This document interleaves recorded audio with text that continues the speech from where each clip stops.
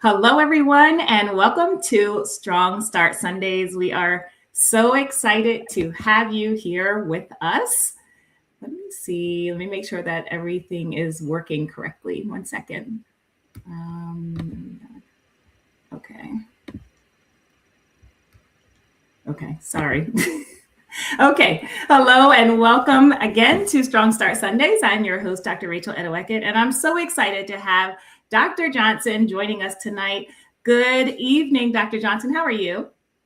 Hey, good afternoon or evening, I guess it is. Maybe on the West Coast afternoon, but I'm doing fantastic. How are you doing? It's so good to see you again. I know we stay in contact, but we don't really get to see face to face a lot. So I'm so excited to be here with you.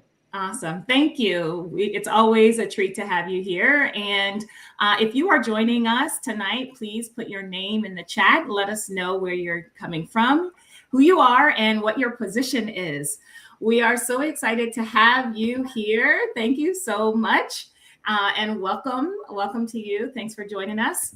And tonight is all about managing and surviving December. So, first and foremost, we are extremely excited that you are here with us to talk about this important and very pressing topic. If you are anything like me, you are busy at school, you're busy at home, and you are really feeling the pressure of December. Dr. Johnson, how are you feeling in terms of your pressure times in December? Feeling good. Mine, fortunately, is not, speaking kind of slows down this time of year. So it's a different busy, working on other projects and things like that. But overall, not too bad. Compared to most, you're right. This is the time of kind of a crunch time Yeah. that sprint from Thanksgiving to Christmas time and the holiday season, especially here in the U.S., is just it is a sprint for sure. Yes, it definitely is. And, one of the things I try to think about as a school leader and as an educator is how can I make it through the month with my mind, body, and soul intact? I don't want to get to the end of the year, like you said, the holiday season, dragging through it. I really want to enjoy the time together. So, I think this is very timely, and we're so glad, Dr. Thompson, that you came and joined us today. Thank you again for being here. And, we really want to jump into some of the real meat of our time together tonight, and that's really around time capital. And I'm going to have Dr. Johnson talk a little bit about time capital because that's something that I wasn't familiar with, but it makes a lot of sense to me. So, can you start us off, Dr. Johnson, with that? Yeah, absolutely. So, we talk about trust capital in our book, Relational Intelligence. And so it's kind of the same concept, but it really is about time. We use the term time management, and that's what we're all used to, and, how to manage your time or whatever. But to me, that really doesn't pay the tribute, I guess, to time that I think it deserves. And so I call it time capital. And so, because if you think about it, time is that one asset we have that we can never get more of. It's something that is constantly, we're losing it. And so when I think of time capital, how I kind of explain it is, if you have a debit card, you don't just give it to anyone. You don't just let anyone spend it or use it. But we do that with our time all the time, literally. We don't really think about how much time we spend doing certain things, how much time we waste. So I think of it when I talk about time capital, it's, where do you invest your time versus waste your time? Because again, it's that one asset that's limited, and it's actually always decreasing. Each second that goes by, we never get back. So are we maximizing our time? Are we maximizing that investment to get the most from it? Yeah, and I love that thinking because you're right, we don't get time back. And most of us are in schools where there are some very urgent things that are happening basically from the start of the bell to the end of the school day. There's something happening at all times. And as leaders, we know we are pulled in multiple directions throughout the day. There might be times when we are responding to students. Then there's another time we might be responding to a staff issue. And another time we are responding to families or community issues.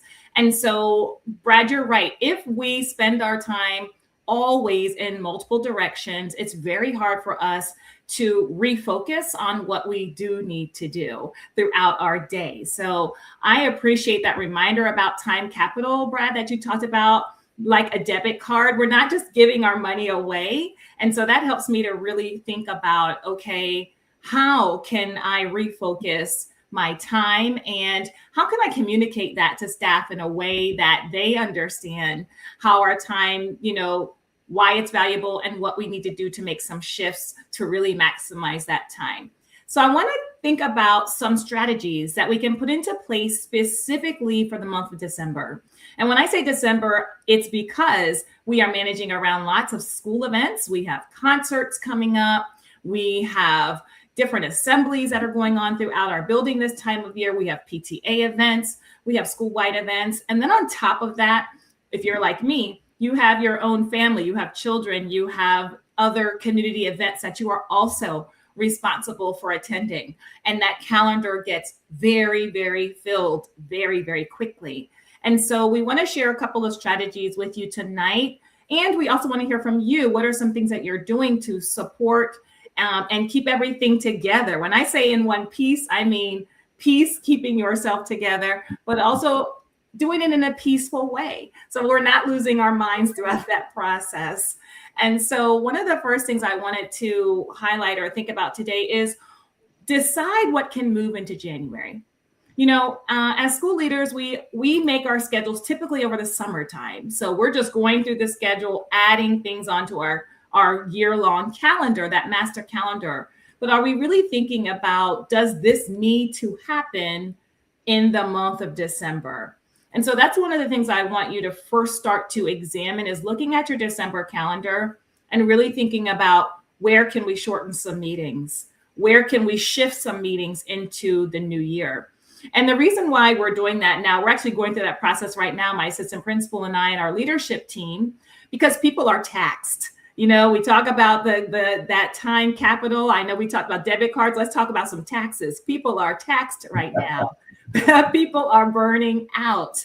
And this is a particular time of year when we need to be sensitive to that as school leaders. And so one of the things that we have thought about as a leadership team is, can we shorten meetings? Let's start there. We know information needs to be disseminated, but could we do it in a different way? Do we need to take the entire planning time, or can we use a portion of that time and then follow up via email? So what might be able to be shortened? Let's start there. And then what can move into January? So the other thing is, when we are packing our staff with all these meetings, people are tired.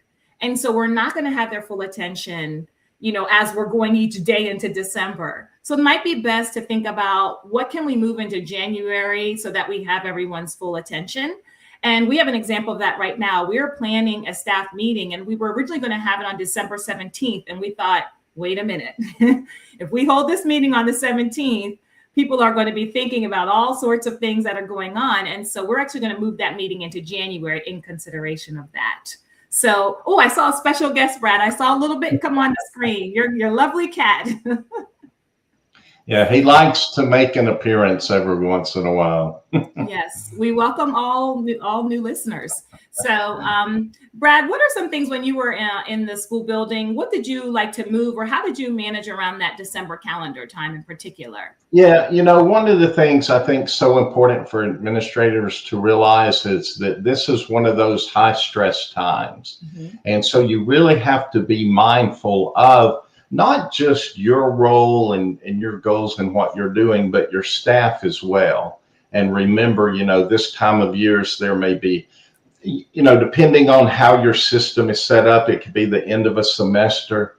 So you're looking at grades, you're looking at conferences, you're looking at maybe doing evaluations.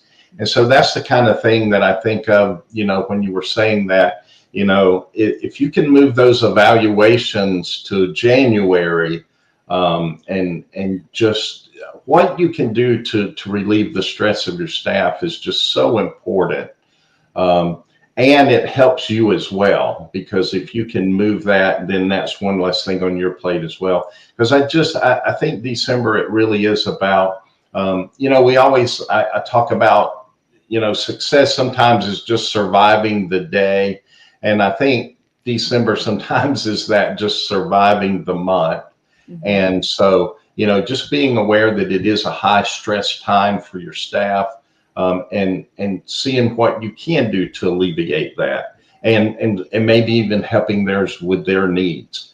The other thing too is just to remember, you don't have to do. It's kind of like when we tell the teacher, everything doesn't have to be graded at once, doesn't have to be graded every night. It's kind of the same thing with leadership. What are your priorities? And focus on those few things. I call it the 4 goal rule, the rule of 4, or goals of 4. Um, this is good for year round, but especially this time of year, so you don't get so distracted. You hit the nail on the head earlier that from the moment we step in the school building, there's almost always urgency and emergencies. And it seems like, and this happens all the time, if you let it, when you start focusing on those things that just are right in your face, the whole day can pass and the whole week can pass before you even come up for air. And so it's so important to what I call focus and prioritize your week. And so when I talk about those goals of 4, it really is on a Sunday, or the first thing you do on a Monday morning is just take time and figure out what are those 4 goals. Because here's the thing, we go through each week, and at the end of the week, if you were reflective, especially as administrator, you're going to look back and go, did I really help us move towards our goals? Did I help us move towards our mission? And a lot of times you may not have a clue, because again, you were so focused on putting out the fires, the emergency, something's always coming up. But you really do need to focus on coming up with 4 goals for the week that are moving you towards your vision, your mission for the school and your staff, and write them down and make sure that you set aside time to do those. And then each afternoon, either at work or when you get home at night, take a few minutes and reflect to see, did I achieve one of them? Mm-hmm. Did I begin one of them? Am I close to achieving one of them? So by the end of the week, you may not always get all 4 accomplished, but at least if you get maybe 2 or 3 of them accomplished, on top of everything else, you know that you're moving in the right direction. It's kind of like a sports team. Are we moving towards the goal? Yeah. And so that's so important.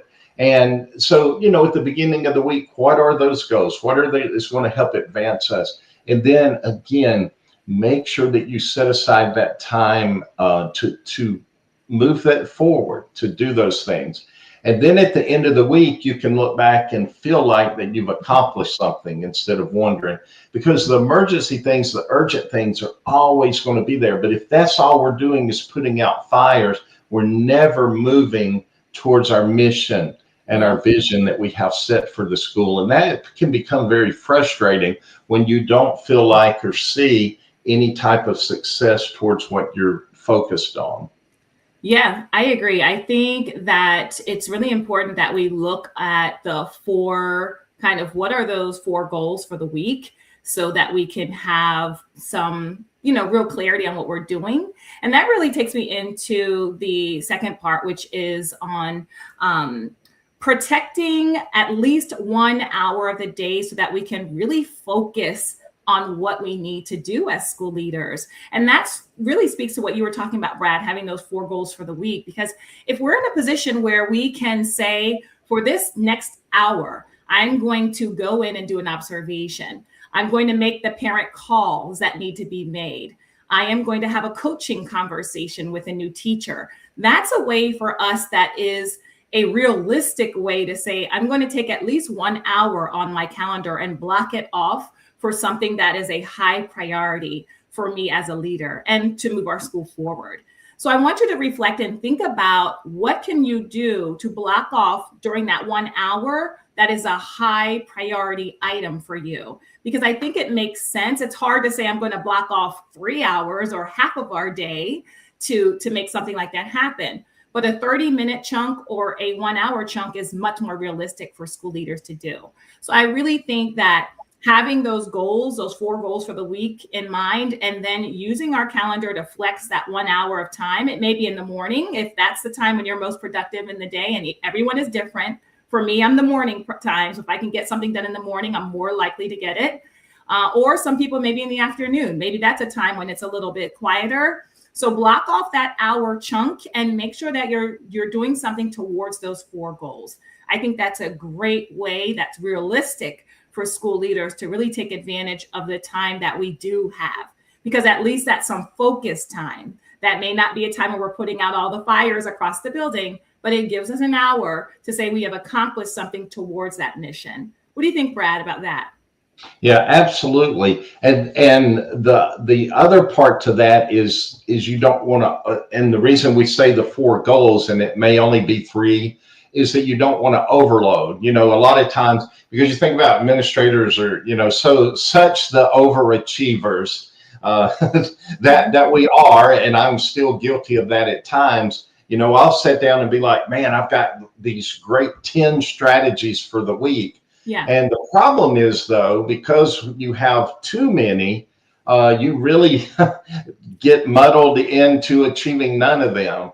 Yeah. And so, Warren Buffett shared one time that I think he shared with someone to pick 5 goals, not for the week, not like this, but just in general for success in life. He's like, pick 5 goals you want to achieve. Or he first said, write down 10 to 20, but circle those top 5. And so this is kind of similar to that. But his point was, focus on those you circle. Those other ones are no longer goals. Those are actually distractions from you achieving your goals. So while number 6, number 7, number 8 may in theory be a good goal, they actually become distractions if you're not achieving those 4 that you circled or those 4 that you're focused on. And so that is, an important piece of it too, because again, we tend to be kind of like high achievers and, man, we got to maximize, we got to do more and more and more. And, priority is more successful. Focus is more successful than quantity. Yeah. And so, that's one of the keys. And how I do this, I explain this when I speak to leaders is, and I liked what you said about either start your morning or your evening, and because a good habit to get into, and you can flip flop them or maybe do them both at the same time. But my thought is always start your day, and this is going to sound kind of cliche or whatever, but it's all about mindset. But if you'll start your day with gratitude, waking up and just be, one of the things I share with teachers is it's not that you have to teach. It's not that you get to teach. It's that you choose to teach. And when you choose to do something, there's some ownership involved. And so as a leader, when we wake up in the morning and we have gratitude about our role, because that's something we choose to do. And so we should have gratitude. Man, I get to go and lead this group. I get to lead this school. I get to lead this district. I get to lead this department. Whatever your role is have gratitude about that. Man, I get to impact people. I get to impact lives. I'm making a difference. And so if you start your day with that mindset and feeding yourself that positive mindset, it really does make a difference. And then in the evenings, or again, if you're a morning person, you can do it then. I call it the reset, the 3-minute reset. And it's really just a reflection. When I look at those goals, did I move forward with one of them today? What still needs my attention this week? What pulled me off course so that I can rethink how I respond to those things? Because if something is continually pulling you off, what is it and why? Remember, it's becoming a distractor, even if it's something that you're dealing with and have to deal with. And so if we can get in that kind of cycle of, waking up with gratitude and thankfulness and positive mindset, feeding ourselves. And then, because I always joke, the first thing we feed ourselves every day is not breakfast, it's our thoughts. And That's so true. how do you start your day with your mindset? And then, again, that reflection. We don't know if we're successful unless we are reflecting on what we have moved forward with or need to, etc. So Yeah. those are just so important parts of that process. And it really is a process. It is. And I appreciate you sharing that definitely about gratitude. I just wrote an article for Edutopia about gratitude and 3 ways to for leaders to really express gratitude and why it is important for us to do that on a daily basis. So I love that you've highlighted that. It doesn't solve all of our problems. It's not something that is going to take away the pressures, but it does give us a new perspective. And like you said, Brad, it is a privilege to serve students and staff and families in our role as educators and as school leaders. And so I firmly believe that at a minimum, we're coming in and we are making a positive difference in the life of a child, no matter if we're putting out fires or if we have everything all together all the time. Across that whole spectrum, you are making a difference positively in the life of a child, and there's no better role in the world for you to be doing. So we appreciate each and every one of you who are listening today or listening on the recast of this, that thank you for taking the time to dedicate your time and energy into serving and educating children. It makes a huge difference in their life. And so we've talked about already 2 strategies. We looked at first deciding what we can move into January. We also talked about having those 4 goals for the week and how we can prioritize our time to work towards those, even if we're blocking off 1 hour in either the AM or the PM to work consistently on those goals.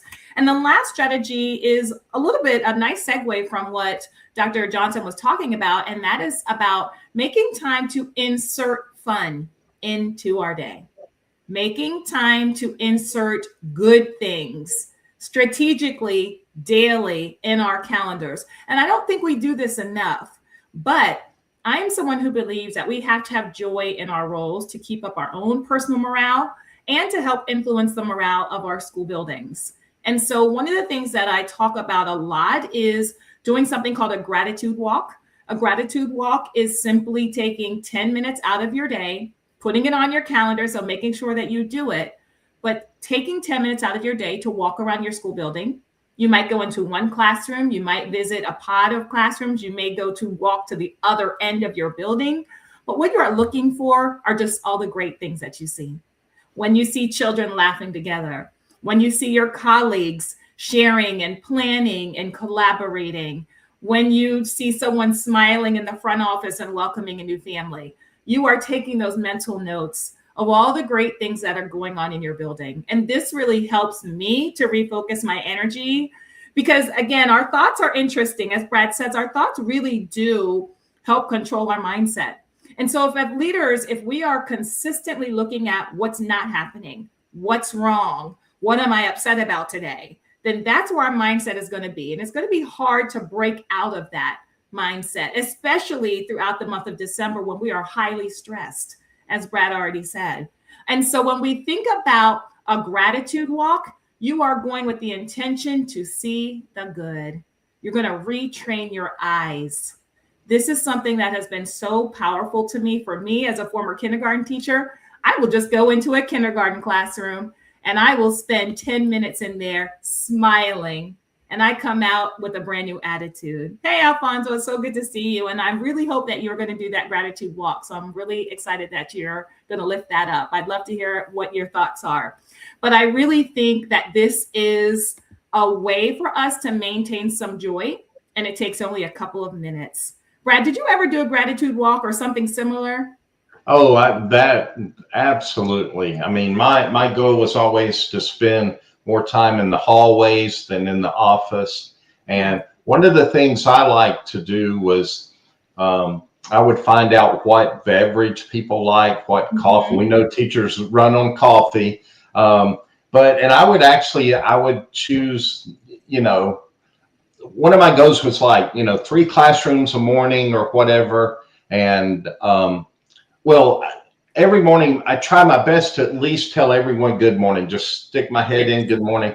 But over the course of the day, especially in the morning time, I would try and set aside to at least visit 3 or 4 classes, just to visit, not to evaluate, not to give feedback or whatever, unless it was just positive. We talk about things like post-its of praise, and when you talk about Yeah. the gratitude journal, it's letting them know you're thankful. But I would try to take coffee or water or something to them, and even maybe give them time to run to the restroom too, if needed. But I would definitely at least try and drop off some treat like a coffee or something. But yeah, it's about, my thing is this, and because we know, and you and I talk about, and we wrote a book about it, relationships is the key. It's the center to life, not just education, not just business, not just family, but everything comes down to relationship. And at the end of the day, when we all leave that school building,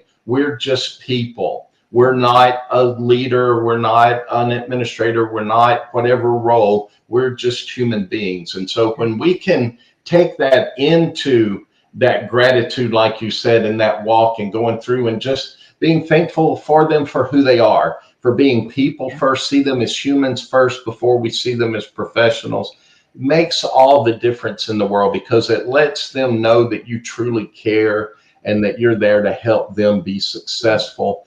And at the end of the day, that's what leadership is really all about anyway. It's about just helping people become better, be their best, be successful in their roles. And that, and being grateful, number one, that you, like you said earlier, that you have the privilege to do that. Yes. And then the gratitude of seeing them grow and become the best that they can be. And to me, what could be better? That's the best. I agree. Seeing our students growing up, being successful in their college and careers and beyond, seeing our teachers come in and have the fulfillment that they know they're making a positive difference and moving through their own positions and growing as educators and continuing to learn. And our families, seeing our families through many, many siblings and children over the years, and seeing the families expand is the best feeling. And seeing, the fruits of the labor in the community, just having that positive impact is so critical. So before we close today, we want to review some of the strategies and things that we talked about today for your notes. One of the things that we first talked about was time capital. And Brad talked about how we don't want to use it like a debit card and just give all of our money and time away. We want to make sure we're being intentional about how we are spending our time. We talked about also deciding what we can move into January, that not everything has to happen in December. I know we're used to packing our calendars tight in December, but some things like teacher observations or coaching conversations or even staff meetings can be moved into the new year. That helps alleviate some of our stress as leaders, and it truly helps alleviate the stress that our teachers and staff are feeling, particularly around this time. As Brad said, this is a highly stressful time of year. Not everyone enjoys the holidays. Not everyone has this positive experience, and the same thing is true of our students.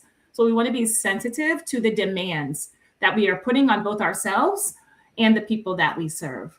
Another one that we talked about, another strategy, was having 4 goals for the week. We're not going to say we need to accomplish 10 million things. We're going to focus on 4 things. And one of the ways that we can focus on those things is by taking 1 hour a day to work towards the goal. So maybe it's getting into the classroom, maybe it's coaching conversations, maybe it's making those parent phone calls, but you need to block off that 1 hour on your calendar to make that time happen. Then you have the rest of the day to go around, put out fires, and do all those things. But that intentional time of 1 hour is really important to make sure you have that sense of accomplishment, that you're working forward on your goals or doing some forward planning for the new year as you are looking at your school improvement goals.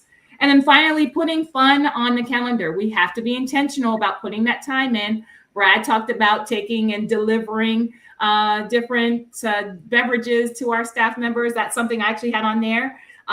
We like to do a cookie tray. So we used to take a tray of cookies from BJ's and Costco's and just walk around the building, and just handing those out for an afternoon. That's always a great time, always well received by staff. I also like to have lunch bunches with my students. So that's my absolute favorite time of the day when I have time to converse with kids. So definitely adding that time for fun. And of course, the gratitude walks. Please start doing those if you haven't already. Well, we have reached the end of Strong Start Sunday, so I want to give you a couple reminders before we send you off into your wonderful week ahead. First of all, we want to remind you to pick up a copy of Relational Intelligence, the Key Factor to Exceptional School Leadership.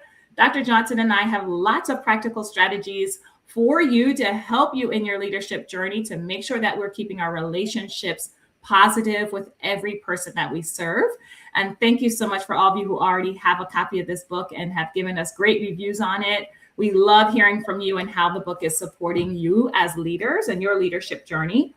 A reflection question for you, what can you do? What can you take away from your calendar? And what can you put in with more intentionality to help you through the next couple of weeks? We still have several weeks left of school in the month of December, and it's a long one. And so we want to make sure that we're able to be productive with our time and have time to rest. And finally, we are excited to see you. The next Strong Start Sunday is going to be December 21st at 7 p.m. My special guest is Jana Clark. She is a principal in Texas, but she is the former 2024 NASSP Assistant Principal of the Year. So we're really excited to have her. We'll be talking about ways to remain joyous in December and keeping that momentum forward into January of 2026. Brad, is there anything else you want to share before we close out? No, I just always enjoy my time with you, and hope everyone has a wonderful holiday. And yeah, just remember, it always comes down to relationships. Treat them the way you want to be treated, and give them your best, and you'll usually get their best from them. Agreed. Thank you so much, everyone, for tuning in and spending the last 30 minutes with us. We know your time is extremely valuable. We truly appreciate everything that you are doing in your school communities and want to encourage you to keep up the amazing work. Have a wonderful week ahead, and we will see you on December 21st. Have a great evening.